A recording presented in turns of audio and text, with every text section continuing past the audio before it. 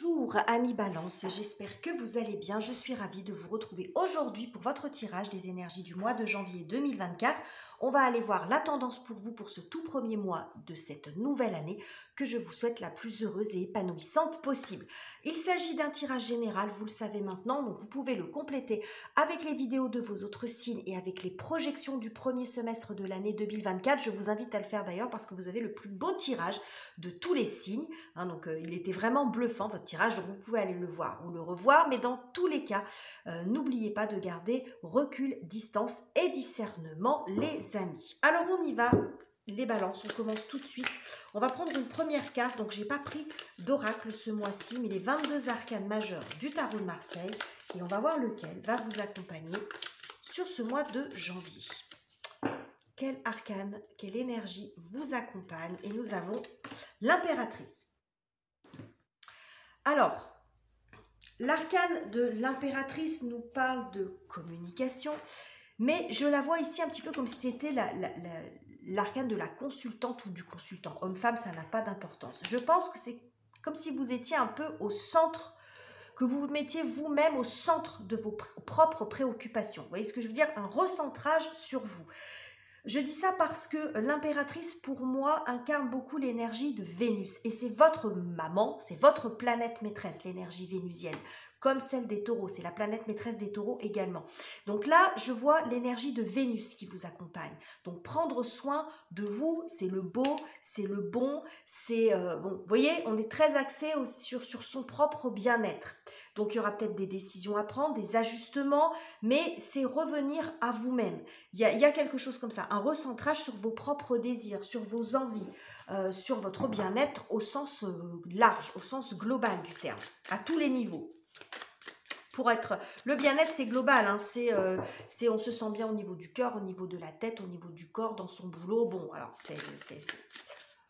on n'est pas dans la perfection, mais on est dans l'équilibre de tout ça. Alors, qu'est-ce que j'ai pour vous? Les balances. Nous commençons avec le 9 de denier. Ça ne m'étonne pas parce que le 9 de denier, il a un petit côté selfish comme ça. Il y a beaucoup d'autonomie. Il y a le fait de... c'est presque dans la série de denier, celle qui ne nous parle pas d'argent. Pas forcément. C'est un bien-être global. Il y a un côté très épicurien, faire attention à soi. Il y a un espèce de recentrage ici. Ok, on continue. Et on a quand même l'énergie de la tour et du monde derrière. Ouais. Et vous voyez, l'impératrice, elle est juste là encore. Alors, moi, ce que ça me dit, le combo de ces deux cartes, c'est que, effectivement, vous pourriez avoir besoin de vous recentrer sur vos propres besoins, sur vos ressources, sur ce qui vous plaît, sur ce que vous avez envie de faire, sur ce qui est important et sur ce qui a de la valeur pour vous. Mais visiblement, ça va passer par un petit coup de pied quand même dans la fourmilière, c'est-à-dire un petit coup de pied dans vos habitudes. Ça va passer par de la grosse remise en question, visiblement. Alors, petite ou grande, bien sûr, vous nuancez, mais ça va passer par des remises en question. Alors, peut-être de vos propres habitudes, de vos propres schémas, mais aussi dans votre environnement. Hein, votre façon de travailler, votre façon d'interagir avec les autres, ça peut être dans des relations, peu importe. Mais il y a l'idée de déstructurer pour moi. Là, la tour, je ne la vois pas comme quelque chose que vous subissez. Je la vois comme quelque chose que vous voulez. C'est-à-dire, vous allez remettre des choses en question parce que c'est vous qui êtes au centre, au cœur de votre tirage, au cœur de vos préoccupations. On n'est pas dans l'égoïsme en disant ça.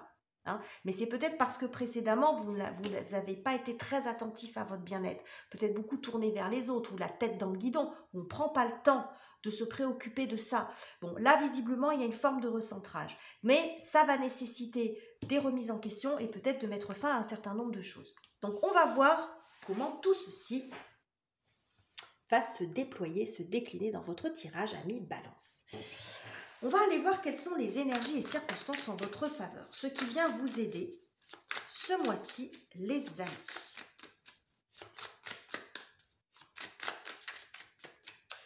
Et nous avons le mat. Eh bien, la tour, le mat, ok, ça se coud.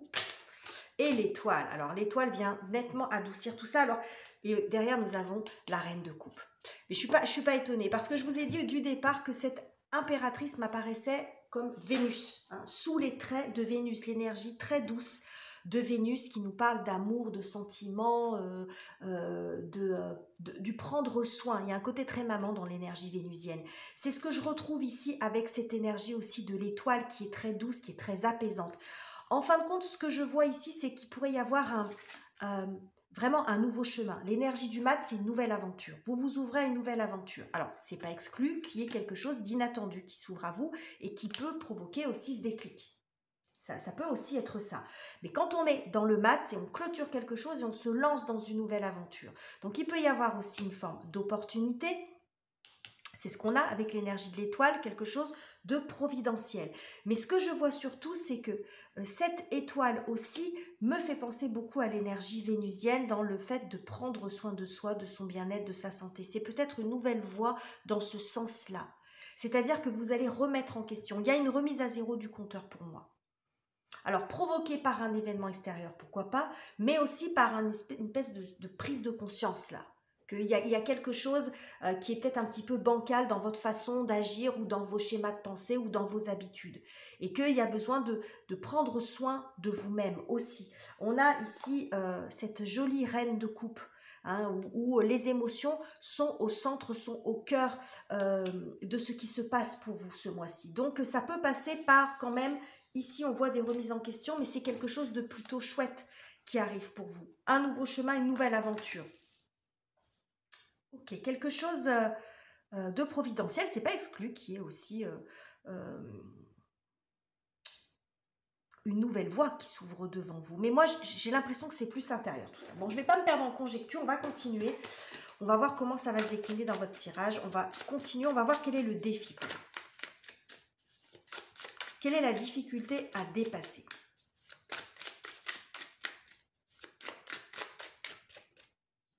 Nous avons le 2 de bâton qui nous parle à nouveau de nouveaux horizons, de nouvelles voies, d'un changement de voie. Oui, et le 4. Le 4 de coupe et nous avons ici le 2 de coupe. Alors, le 2, ici le combo de ces deux cartes. Ce que ça me montre ici, c'est qu'il y a une nouvelle voie, il y a un changement de voie pour vous. De nouveaux horizons qui s'ouvrent à vous. On l'a ici avec cette énergie du mat. Mais vous avez peut-être du mal à vous projeter, à voir comment vous pouvez le faire. Ici, 4 de coupe, il y a une forme d'inertie, une forme d'ennui, de déception, ça peut être ça. Aussi, vous êtes dans une situation ici qui ne vous apporte pas satisfaction. Et pour sortir de ça, ça nécessite de faire des changements, d'envisager les choses autrement. Ça peut être un changement de, peut-être même un choix de vie. Vous voyez, un ailleurs, ça peut être ça aussi pour vous, un changement de lieu de vie, surtout avec le mat. Et le mat nous parle aussi beaucoup de lointain, donc ça peut être ça aussi l'enjeu pour vous. Hein, remettre en question là où vous vivez, parce qu'il y a un ailleurs qui vous appelle. Ça peut être ça, c'est à envisager, ou un nouveau travail. Mais quoi qu'il en soit, vous êtes dans une situation aujourd'hui qui n'est pas satisfaisante pour vous, mais de laquelle vous avez du mal à vous extirper, parce que vous savez au fond de vous que ça nécessite des changements que vous avez du mal à faire. Parce que ces changements, c'est une grosse remise en question. Vous le vivez comme une grosse remise en question. Peut-être, ce ne sera peut-être pas le cas pour d'autres. Peut-être les changements que vous voulez faire, ce n'est pas des grosses remises en question pour d'autres, mais vous vivez les choses comme ça. Donc, il y a beaucoup de remises en question à faire, des choses à déstructurer pour vous ouvrir à cette nouvelle voie et accepter ce changement. Donc ça, c'est une difficulté.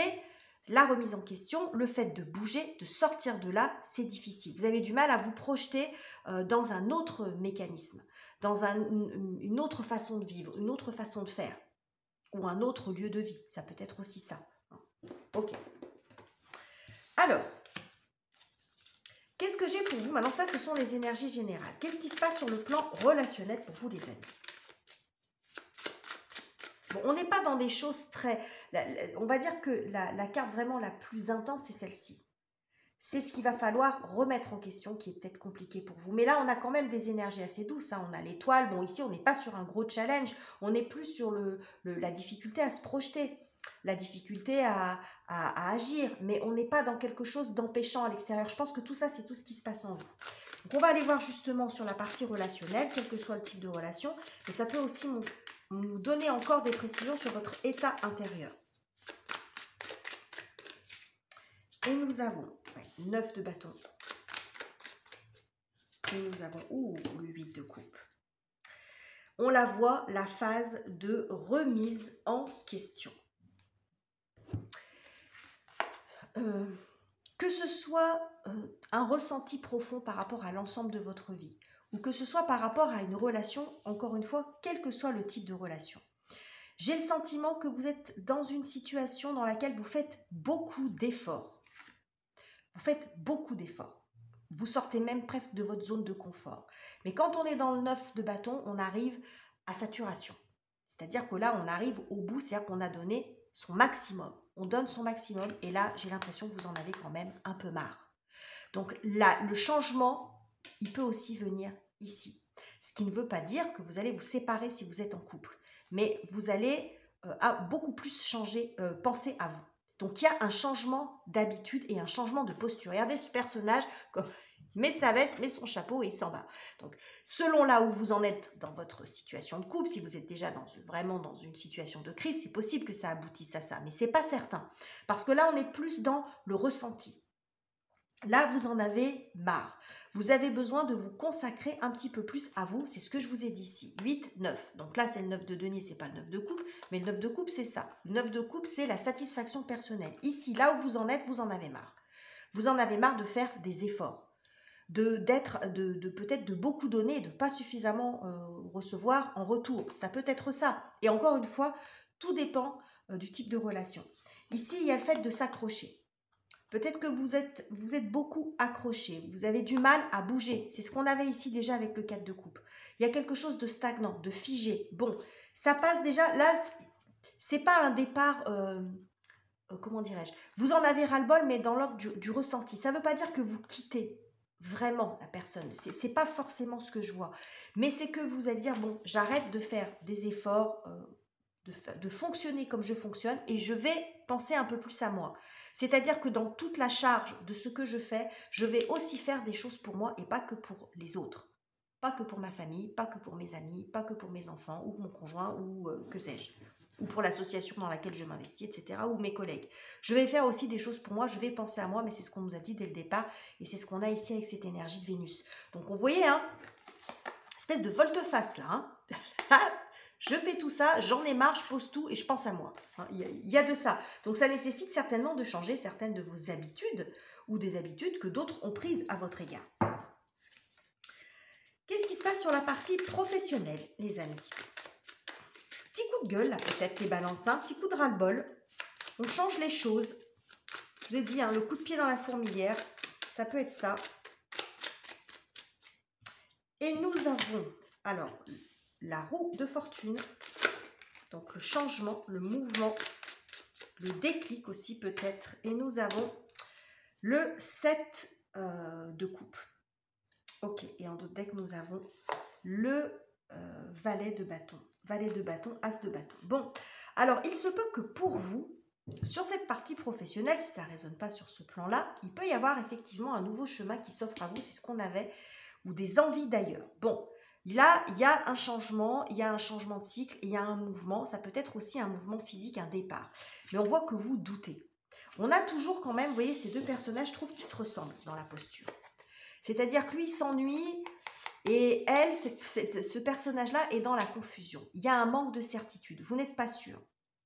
Donc, on voit que les intentions sont là, il y a un besoin de changement, il y a un besoin de mouvement, mais vous ne savez peut-être pas trop encore comment faire ou dans quelle direction aller. On voit que vous avez de l'énergie, de l'envie, des projets, peut-être quelque chose qui vous appelle. Mais là, on est plus dans ce qui se passe en vous, on est dans l'intention. Quand on est dans l'énergie de l'impératrice, on n'est pas encore dans l'énergie de l'empereur qui concrétise les choses. On est dans l'étape d'avant. Donc là, vous réfléchissez. Il y a quelque chose qui change, il y a un changement qui se fait déjà à l'intérieur de vous, avant peut-être de faire les changements concrets, de passer réellement à l'action, de concrétiser ces changements. Là, il y a quelque chose qui bouge en vous, mais vous avez encore un manque de visibilité, un manque de certitude, parce qu'il y a des grosses... Ça fait remettre en question beaucoup de choses, visiblement. Si vous partez sur un autre job, si vous changez de lieu de vie, si vous quittez votre partenaire ou que vous changez vos habitudes de vie dans votre vie de famille, par exemple, ou dans votre vie de couple. Vous voyez, il y a ces remises en question-là. Donc, avant de pouvoir vraiment changer complètement concrètement, il y a quelque chose à accepter, à valider en vous. Je ne sais pas si vous voyez ce que je veux dire. Donc, il y a encore un petit peu de confusion, mais il y a un changement voulu ici. Comme je vous l'ai dit, je pense que cette tour, c'est vous qui la voulez. Ce n'est pas forcément des événements extérieurs qui arrivent. C'est un bouleversement intérieur. Donc, on le voit ici avec ce volte-face et ce changement de posture. Et on voit ici cette roue de fortune, c'est-à-dire qu'en vous, il y a quelque chose qui change. Vous avez besoin de mouvement, de changer de cycle, de changer de fonctionnement. Mais il y a encore peut-être des hésitations sur comment ou où aller. Dans quelle direction je vais ou qu'est-ce que j'ai vraiment envie de faire. Changer pour faire quoi? Parce que le changement, il peut être acté, il peut être là, il peut être ressenti, mais c'est pour faire quoi? Pour aller où? Vous voyez ce que je veux dire? Il y a toute cette phase-là encore. Ok, comment vous terminez le mois, les balances, avec ça? Avec tout ça. Et nous avons le 2 de denier. Et nous avons la lune. Bon. Et nous avons d'autres decks le jugement. Je pense que le jugement, la tempérance, le pendu, jugement, tempérance, pendu, oui. Et après, on a le 3. On voit que ça va prendre quand même, à mon avis, encore un peu de temps.